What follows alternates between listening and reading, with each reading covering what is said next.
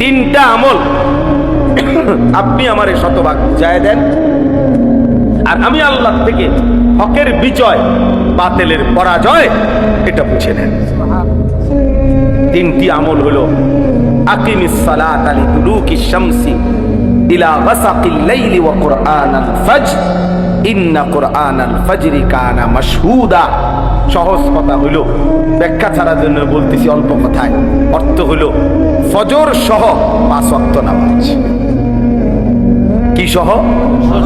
বিশেষ করে ফজর 5 ওয়াক্ত নামাজ। আপনি আমারে বুঝাই দেন, ফজর সহ 5 ওয়াক্ত নামাজ। কি সহ? আবার বলেন। এইভাবে কোরআন শরীফের আয়াত এটা। 2 ওমিনাল লাইলি ফাতাহাজ্জাদ বিহি নাফিলাতান লাক আসা আন ইয়াবআসাকা রাব্বুকা মাকামান মাহমুদা। অর্থ হইল রাত্রি গভীরে তাহাজ্জুদ নামাজ। 5 ওয়াক্ত নামাজের অতিরিক্ত আর একটা নফল বিশেষভাবে আমারে বুঝাই দেন, নফল নামাজ, সেটা হলো তাহাজ্জুদ, রাতের গভীরের তাহাজ্জুদ। আর 3 নাম্বার ওয়াকুর রব্বি আদখিলনি মুদখালা সিদকিন ওয়া আখরিজনি মুখরাজা সিদক ওয়াজআলনি মিন লাদুনকা সুলতানান নাসীরা। সংক্ষেপ কথা হলো দোয়া। সংক্ষেপ কথা হলো কি? দোয়া। বেশি বেশি দোয়া করেন।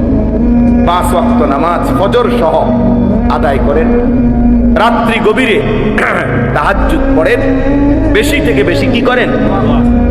এরপরে এই 4 নম্বর আয়াতে আল্লাহ বলেন ওয়াকুল জা আল হক। এরপরেই কইলাম, আমনে কইবেন যে জা আল হক, হক চলে এসেছে, ওয়া যাহাকাল বাতিল, বাতিল ভাইগা গেছে। বাতিল পলাই। ইন্নাল বাতিলা কানা যাহুকা। নিশ্চয়ই বাতিলের পতন অবশ্যম্ভাবী হবেই। ইন্না, নিশ্চিত আল্লাহ বলছে দুশ্মন হেরেই যাবে, বাতিল হেরেই যাবে, হেরেই যাবে।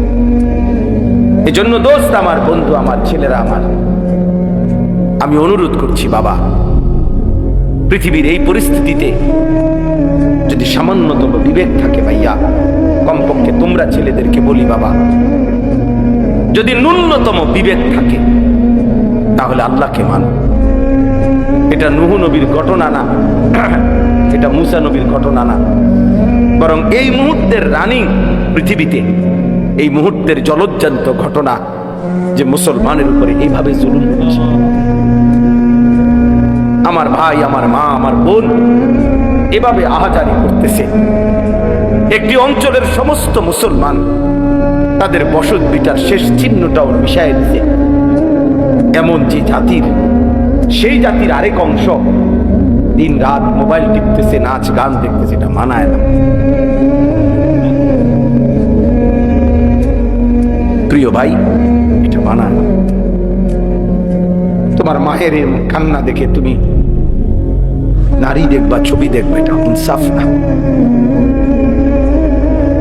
তোমার বোনের এত বড় বেইজ্জতি দেখে, আহাজারি দেখে, 6 বছরের 3 বছরের বাচ্চার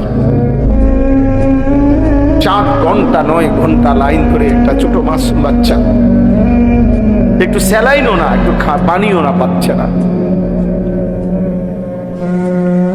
আমার 3.5 বছরের একটা মেয়ে আছে, রাত্রে বেলা হয় আমার সাথেই ঘুমায়। আমি আমার এই ছোট মেয়েটা আমার বালিশের পাশে একটা গ্লাসে সবসময় পানি রাখি।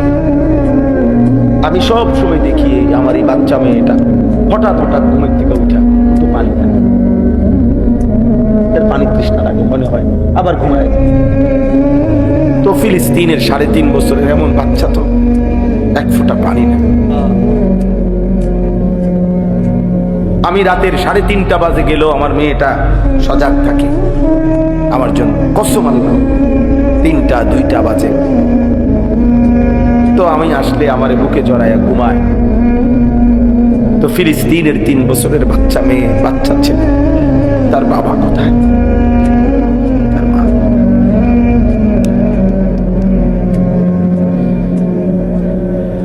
অতএব এই অবস্থায় তুমি, আমি, আমরা সবাই যদি আল্লাহর নাফরমানি করি, এটা ইনসাফ না।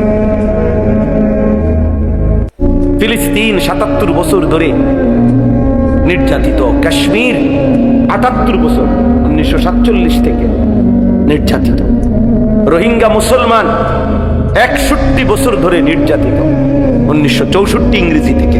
তুমি হিসাব করো, আমার কাছে হিসাব আছে সব। তাইলে ৭৭ বছর ধরে ফিলিস্তিন নির্যাতিত হবে, ৬৪ বছর ধরে রোহিঙ্গার মুসলমান নির্যাতিত হবে, ৭৮ বছর ধরে কাশ্মীরের মুসলমান নির্যাতিত হবে। তুমি বন্ধু কোনোদিন নির্যাতিত হবা না, এর নিশ্চয়তা তোমার কাছে কোত্থেকে আসবে? কথা বলেন না। আমাদের উপরে কখনোই কোনো মুসিবত আসবে না। প্রিয় ভাই, তুমি কেমনে বুঝলা? তুমি কেমনে বুঝলা? তুমি কেমনে এতটা নিশ্চিন্ত হইয়া গেলা যে তোমার উপরে কোনো মুসিবত আসবে না? তুমি এইভাবে আল্লাহর সাথে বিদ্রোহ করতেছ। এক ওয়াক্ত নামাজ নাই, সেজদা নাই, দিন নাই, রাত নাই, নারী, ছবি, নাচ, গান, মদ, জুয়া, সুদ, ঘুষ, মিথ্যা, চুরি, ডাকাতি, হারাম, নাফরমানি, জওয়ান কিংবা বুড়া, আমি কিংবা আপনি, নারী কিংবা পুরুষ, আমরা যেভাবে আল্লাহর নাফরমানি করছি, বলেন আমাদের উপরে কি কখনোই এমন আযাব আসতে পারে না? সেই উদ্দেশ্য কই? তোমাদের ছেলেদের চেহারা দেখলে বলো বাবা পরিবর্তন কোথায়? ওই দেখেন মোবাইল ধরেই রাখে। কিছু এত অসভ্য, কিছু ছেলে এরকম এত ব্যর্থ, মানে কলিজার ভিতরে যার মোবাইল ঢুকে গেছে, এই অসভ্যর পরিবর্তন কঠিন। ওর কথা হইলো হুজুর তোমার বাপ না, তোমার আব্বাইও যদি কয় আমি ছাড়তাম না মোবাইল। মোবাইল আমার প্রাণ, মোবাইল আমার প্রাণ ভ্রমরা। এই ভ্রমরা যদি টিপ দেয়, আগে শুনছি গল্প ছোটবেলায়, রাক্ষসের প্রাণ ছিল কিসে? ভ্রমরার ভিতরে। আমরা ছোটবেলায় গল্প শুনতাম না? ওই ভ্রমরা যদি কি টিপ দিয়ে মাইরা লায়, তাহলে রাক্ষস কি হয়ে যাবে? আজ অসংখ্য ছেলে পেলেন এই অসভ্যদের জিন্দিগিটা, তার জীবন এটা। তার কোনো মা নাই, তার কোনো বাপ নাই, তার কোনো বংশ নাই, তার কোনো ধর্ম নাই, তার কোনো কোরআন নাই, তার কোনো আল্লাহ নাই, তার কোনো রাসূল নাই। তার জীবন একটাই, একটাই, এই এক মোবাইল তার জীবন। এরপরে এর দ্বারা কি কোনো ভদ্রতা আছে? মানুষ কি মনে করে, মানুষ আমাকে কেমন জানে, কিচ্ছু আমার দরকার না। আমি মোবাইল চালাইতে পারতেছি, নারী, ছবি, অশ্লীল দৃশ্য, এমবি আছে, চার্জ আছে, খালাস, নেট আছে। এবার আর আমার সমাজে ইজ্জত আছে না নাই, এটা আমার দেখার দরকার। আমার মনের চাহিদা তো পূরণ হয়েছে, আমার চাহিদা তো পূরণ। যার ফলে মুসলমানের ঘরে জন্ম নিয়া, বাবা মা মুসলমান হওয়ার পরও সম্পূর্ণ নিজেকে ইসলাম থেকে বিচ্ছিন্ন করে তোমরা অসংখ্য ছেলে কাফেরের মতো চুল, কাফেরের মতো পোশাক আশাক লিবাস করে নিজের ইচ্ছা করে আলাদা করে লাইছো। তুমি বুঝাইয়াই দিছো যে আমি আসলে, যদিও আমার বংশ লোকে বলে মুসলমানের বংশ, কিন্তু আমি মূলত চলনে বলনে আমি বেঈমান। আহ বলো ভাইয়া, তাই তো এই চুল মুসলমানের চুল। তাইলে তোমার মা কোথায়, তোমার বাবা কোথায়, তোমার বংশ কি, তোমার ধর্ম কি, তোমার আল্লাহ কোথায়, তোমার রাসূল কোথায় সাল্লাল্লাহু আলাইহি ওয়াসাল্লাম, তোমার কোরআন কোথায়, তোমার ছোটবেলার মক্তবের পড়ালেখাটা কই গেল, তোমার মায়ের আদর কই গেল, তোমার বাবার আদর কই গেল? কতজন ছোটবেলায় তোমার জন্য দোয়া করছিল, কতজনের কত আদরে তুমি বড় হইছ, বিনিময়ে আজ সব ভুলে বেঈমান কাফেরদের মতো নিজেকে সাজাইলা। আহ, এর চাইতে বড় পরাজয়, এর চাইতে বড় পরাজয়। অস্ত্রের মুখে মুসলমান কোনোদিনই হারবে না, আজকেও হারবে না ইনশাআল্লাহ। ফিলিস্তিনেও হারবে না মুসলমান, মুসলমান এখনো হারে নাই, ইসরায়েল জিতে নাই, এখনো জিতবেও না, কোনো সন্দেহ।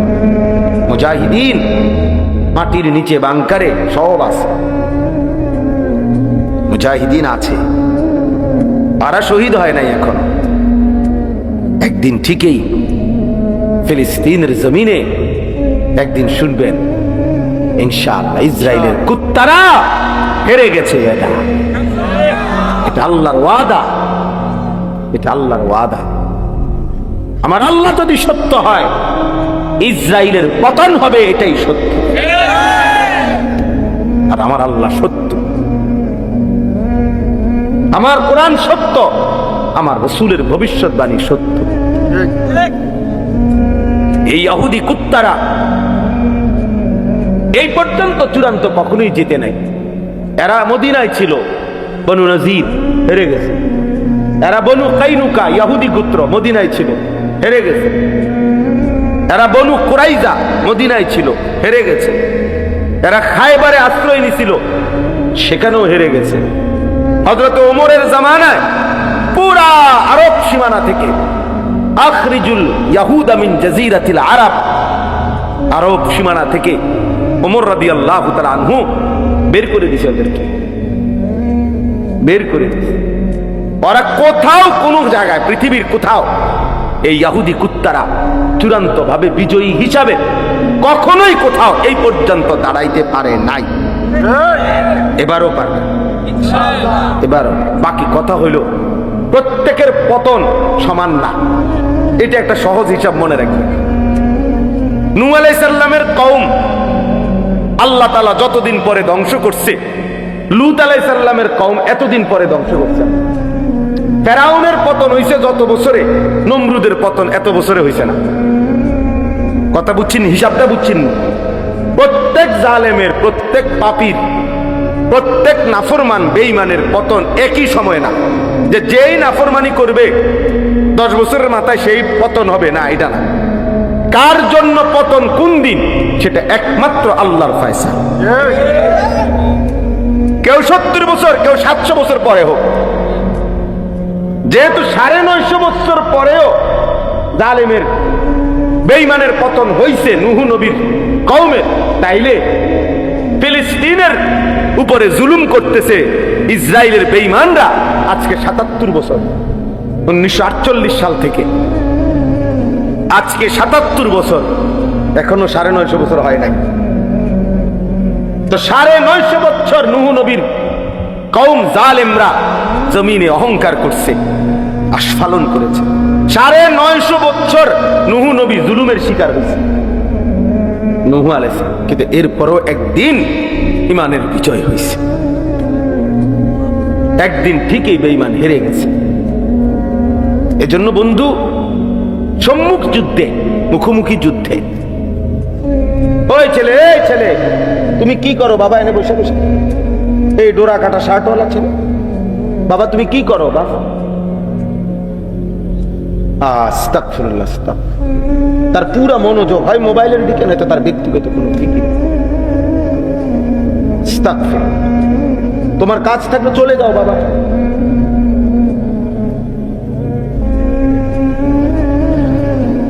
আমার এটা অভ্যাস, আমি ছেড়ে দেওয়ার মানুষ না। আমি আরেক বছর আইতে হবে এটা জরুরি না, আর কোনোদিন আসতে হবে এটাও জরুরি না। কি বলছে মৌলানা? বলছে মৌলানার মহব্বতে বলছে। একবার সুযোগ, একবারই বলো। আমি যদি আরেকবার হায়াত না পাই, আমি যদি আরেকবার হায়াত না পাই, এই জন্য বললাম সম্মুখ যুদ্ধে, মুখোমুখি লড়াইয়ে 1450 বছরে কোনোদিন মুসলমান হারে নাই। এটা ইতিহাস, এটাই ইতিহাস, এটাই ইতিহাস। এখনো পারবে। কিন্তু তুমি যে চেহারায়, সুরতে, লেবাসে, পোশাকে হেরে গেলা, তুমি যদি ঘুরে দাঁড়াইতে না পারো, তুমি যদি ঘুরে দাঁড়াইতে না পারো, তখন কি হবে? তখন কি হবে বাপ? এক ওয়াক্ত নামাজ না পড়তে পড়তে এভাবে 10 বছর, এভাবে 20 বছর, একদিন যদি আর কোনোদিন আল্লাহ তাআলা আখিরাতের কথা মনে না করায়, হ্যাঁ সারা রাত উলঙ্গ ছবি দেখতে দেখতে যে ছেলেরা ঘুমাও, শরীরটা নাপাক। নারী ছবি দেখলে এটা নিশ্চিত শরীর নাপাক হয়ে যায়। এই বীর্যপাতের কারণে শরীর তো নাপাক হইছে, এশার নামাজও পড়ো নাই, এক ওয়াক্ত নামাজও পড়ো নাই, এই অবস্থায় ঘুমায়েই রইলা। যদি এই ঘুম আর না ভাঙ্গে, যদি এই অবস্থায় এক বোমার আঘাতে, এই আজকের পত্রিকা তো আসছে, ফিলিস্তিনি এক বাচ্চা 6 বছরের সাক্ষাৎকার দিছে। সে বলছে আমি আমার সাথীদের সাথে খেলতেছিলাম, হঠাৎ করে বোমা আসছে, পড়ছে, আমি বেহুশ হয়ে গেলাম, হুঁশ ফিরে আসছে, আর আমি দেখি আমার হাতটা নাই। আমার হাতটা, আমার থেকে 6 বছরের মাসুম বাচ্চা বলতেছে, আমার হাতটা, আমার হাত ছুটা, আমার এই হাতটা আমার সাথে নাই, বোমার আঘাতে উড়ে গেছে। ইমানদার, বোমার আঘাতে লাশ উপরের দিকে ওটা ছিন্ন ভিন্ন টুকরা টুকরা হয়ে গেছে। এ যেন আরেক হামজা, এ যেন কি উহুদের সেই আমির হামজা, যার লাশকে টুকরা টুকরা করছিল বেঈমান। আমি মনে হয়েছে আমার এই কথা, হ্যাঁ ভাবছিলাম আমির হামজার মতো আর কেউ হবে না। আজ আমার ফিলিস্তিনের শহীদ, আবারও সেই উহুদের নবীর চাচা আমির হামজার, আমার তো মনে হয় ওই শহীদকে, উহুদের শহীদ আমির হামজা সালাম দেয়, তুই আমার সাথে, আমি তোকে নিয়ে জান্নাতে দাঁড়াবো, আমি তোকে নিয়ে হাসরের ময়দানে। এজন্য বন্ধু,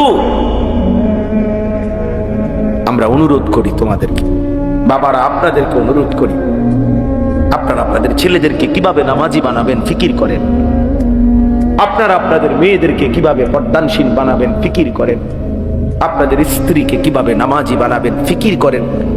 এই ভাবনা ভাবেন, চোখের পানি ফেলে কাঁদেন, আলেমে দ্বীনের সাথে পরামর্শ করেন। আহারে বাপ, এই যে কয়জন বাবা আছেন, আপনাদের কাছে অনুরোধ করি, চাচা আমার কথায় রাগ হইয়েন না, আপনাদের যাদের ছেলে নামাজ পড়ে না, মেয়ে পর্দা করে না, আপনি একজন ব্যর্থ বাবা।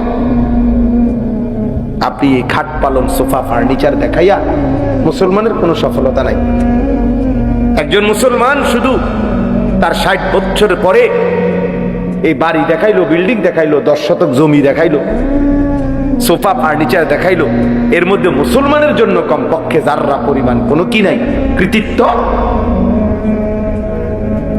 নাই, এর মধ্যে মুসলমানের কোনো কৃতিত্ব নেই। মুসলমানের কৃতিত্ব ঈমান, মুসলমানের কৃতিত্ব তাকওয়া।